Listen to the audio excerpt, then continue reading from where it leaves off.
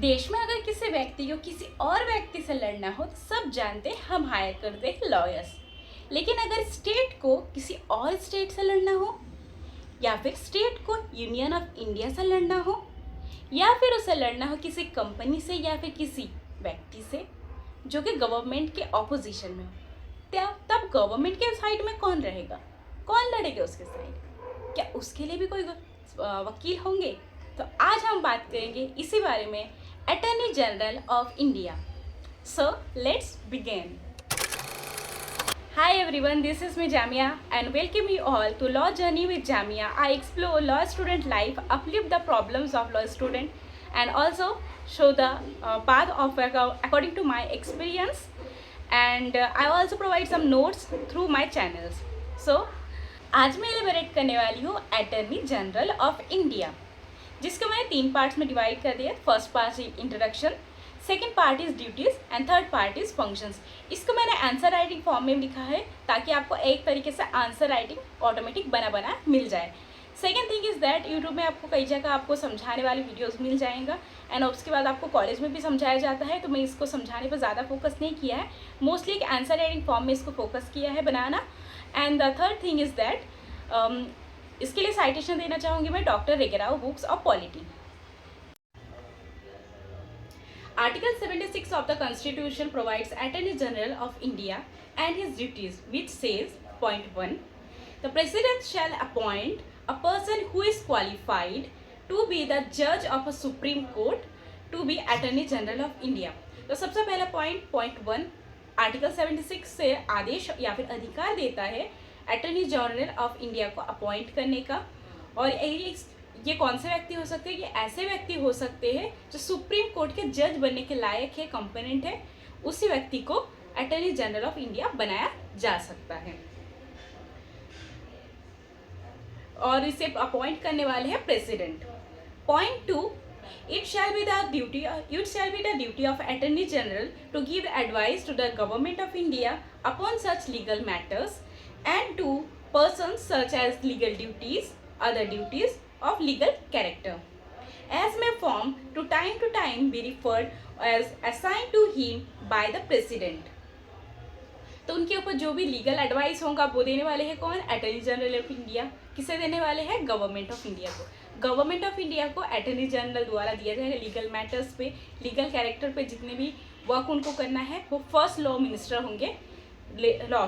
सो उनके ऊपर जो वर्क है, ड्यूटीज़ है, उनको 3 पार्ट में हम डिवाइड कर सकते हैं। फर्स्ट, एडवाइस करना गवर्नमेंट को। सेकेंड, लीगल कैरेक्टर को अपनाना, उसे परफॉर्म करना। थर्ड, जो लॉ कॉन्स्टिट्यूशन के द्वारा जो भी उनके ऊपर दिया गया है वर्क, उसको डिस्चार्ज करना। तो इन्हें अपॉइंट करने का जो भी हक होगा वो प्रेसिडेंट का होगा और प्रेसिडेंट द्वारा ही इन्हें नियुक्त किया जाएगा। Points, in the pursuance of his duties the attorney general of India shall have right of audience in all court in territory of India। Attorney general of India का रिस्पेक्ट इतना होता है कि किसी भी जगह पर वो जा सकते, किसी भी कोर्ट में वो जाकर उसका ऑडियंस यानी जिस तरीके से टीटी के चेकर वगैरह होते हैं उस तरीके से वो वहाँ पे जाके चेकिंग भी कर सकते हैं कि क्या चल रहा क्या नहीं, और वहाँ पे जाके कोई भी जज को, कोई भी केसेस को वहाँ पे सुन सकते हैं with free passes. Point 3 and point 4 is that the Attorney General of India shall hold office during the pleasure of President। pleasure of President आपको जब समझ में आएगा जब आप डॉक्ट्रिन ऑफ प्लेजर पढ़ेंगे। तो डॉक्ट्रिन ऑफ प्लेजर में ऐसा होता है जब तक आपके जो गवर्नमेंट स्टेट सेंट्रल लेवल में और स्टेट लेवल में जो है, जब तक वो सेंट्रल लेवल वाले स्टेट लेवल वाले रहेंगे तब तक उनके अंदर जितने भी प्रेसिडेंट के अंदर, गवर्नमेंट के अंदर जितने लोग हैं बाकी लोग, तब तक वो रहेंगे। इसको डिटेल में आपको क्लियर होगा जब आप डॉक्ट्रिन ऑफ प्लेजर पढ़ेंगे। तो उसका एक छोटा सा पार्ट इसमें दिया गया है। प्लेजर ऑफ द प्रेसिडेंट जब तक रहेगा तब तक अटॉर्नी जनरल भी वहाँ पे रहेंगे। The attorney general of India shall hold office during the pleasure of the president and shall receive such remuneration as the president may determine. जितना प्रेसिडेंट उनके लिए तय करेंगे उतना ही उन्हें जो सैलरी है मिलता रहेगा। The attorney general of India is appointed by the president of the office. The office of the Attorney General of India has been conferred special status by the Constitution। Constitution द्वारा उनको एक special status दिया गया है उनके office को, and उसके द्वारा जो प्रेसिडेंट जो उनका नियुक्ति करेगा वो प्रेसिडेंट खुद उनकी नियुक्ति करेंगे। The person who is qualified for the post of Supreme Court judge can be appointed as the Attorney General. ये आर्टिकल 76 क्लॉज 3 के दिया गया है. He is the first law officer. जिस तरीके से मैं बार बार बोल रही थी कि फर्स्ट लॉ ऑफिसर, तो ये फर्स्ट लॉ ऑफिसर रहेंगे. लॉ के जितने भी हेड रहेंगे सबसे हेड ये रहेंगे attorney general of India. He holds office during the pleasure of President and shall receive such remuneration as the President may fix or determine. जितना President तय करेंगे उतना उन्हें मिलते रहेगा. Of the President to appoint and remove the Attorney General is subject to the Council of Minister. Council of Minister द्वारा President द्वारा उनको रिमूव किया जा सकता है. एक छोटे से इंट्रोडक्शन द्वारा हमने इसमें मीनिंग डेफिनेशन जो भी हो सकता था उसको हमने लिख दिया है. उसके बाद हम आगे बढ़ते हैं उसके ड्यूटीज़ या फंक्शन में या फिर सेकेंड पैराग्राफ सेकेंड स्टेप में. So let's begin. So function और attorney general of India. First point is that he is to give advice to the government of India on legal matter. जो हमने repeat हुआ है इसको हमने introduction में भी लिखा है, इसमें हम रिपीट कर सकते हैं बिकॉज सेम थिंग उससे क्वेश्चन थोड़ा सा एलेबरेट हो जाएगा, थोड़ा सा बड़ा हो जाएगा. So length also matters in law.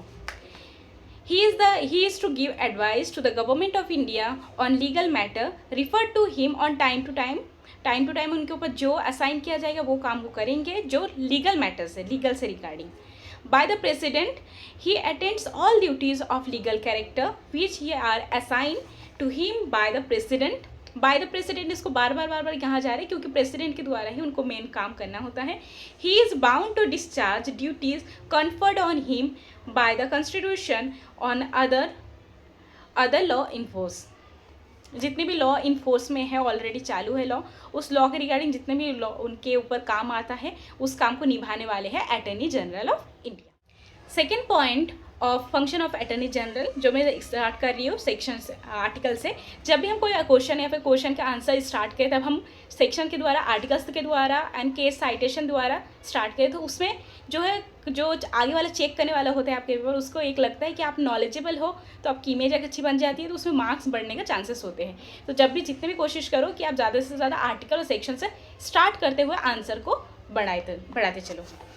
Article 76 clause 2 he represents the government of India in all cases. Government of India को हर केसेस में वो रिप्रेजेंट करते हैं बिफोर सुप्रीम कोर्ट. ही में also require to represent the government of India in any high court. सबसे पहली बात वो होते ही है सुप्रीम कोर्ट में अपॉइंट रिप्रेजेंट करने के लिए. सेकेंडली वो हाई कोर्ट में भी रिप्रेजेंट करते हैं of India in any high court where government of India is a party. वो किसके लिए रिप्रेजेंट करते हैं, किससे रिप्रेजेंट करते हैं, गवर्नमेंट ऑफ इंडिया. जब भी गवर्नमेंट ऑफ इंडिया पार्टी है तब वो वहाँ पे आ जाएंगे उन्हें रिप्रेजेंट करने. Article 88 he has a right to speak and take part in the proceedings of either house of parliament without any right to vote. वो किसी भी पार्लियामेंट में जा सकते हैं. पार्लियामेंट में इंडिया के जो पार्लियामेंट होते हैं उसमें भाग ले सकते हैं. उसमें वो अपने पॉइंट्स भी रख सकते हैं, वो अपने डिस्कस भी कर सकते हैं, डिबेट भी कर सकते हैं. बट उन्हें वोटिंग के जो राइट्स होते हैं, किसको कितना चुनाव करना है, चुनने के राइट उन्हें नहीं होता है. लेकिन वहाँ पर उन्हें जाने का अधिकार होता है, अपने पॉइंट्स रखने का भी अधिकार वहाँ पर उन्हें होता है. पॉइंट 3 वे मैंने सेकेंड एक पॉइंट निकाला है. He also entitled to all privilege and immunities as a member of parliament. Parliament के मेंबर्स को जितने अधिकार होते हैं, जितने प्रिविलेजेस होते हैं, सभी उन्हें होते हैं, बस उन्हें वोटिंग का राइट वहाँ पे नहीं होता है.